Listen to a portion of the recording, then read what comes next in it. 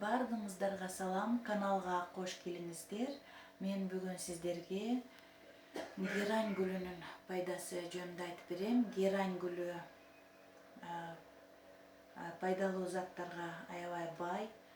Герань гүлү көптөгөн ооруларга дары, анемияга, стенокардияга, үшүк алдырганда, күйгөндө, жарада, ангинада, стоматитте, зобто дарылык касиети чоң.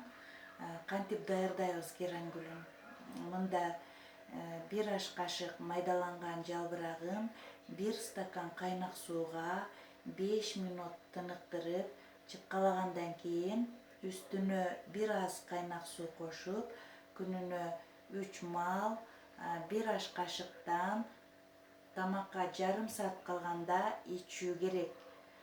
Бул анемияга, стенокардия, аритмияда айнек идиштин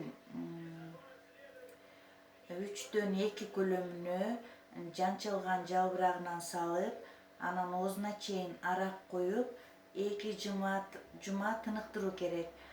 Бул тундурмадан күнүнө 15-20 тамчы алып, 1 аш кашык сууга аралаштырып, тамакка 15 минут калганда ичкен жакшы.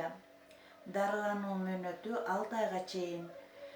Үшүк алдырганда, күйгөндө, ангина, стоматитте, дерматоздо, зобто герань гүлүнөн май даярдаган жакшы. Ал үчүн 5-7 жалбырагын 50 мг ысытылган өсүмдүк майына чылап, чыпкалап, ошондон кийин жабыркаган жерге 3-4 жолу даярдалган май менен сүртөбүз.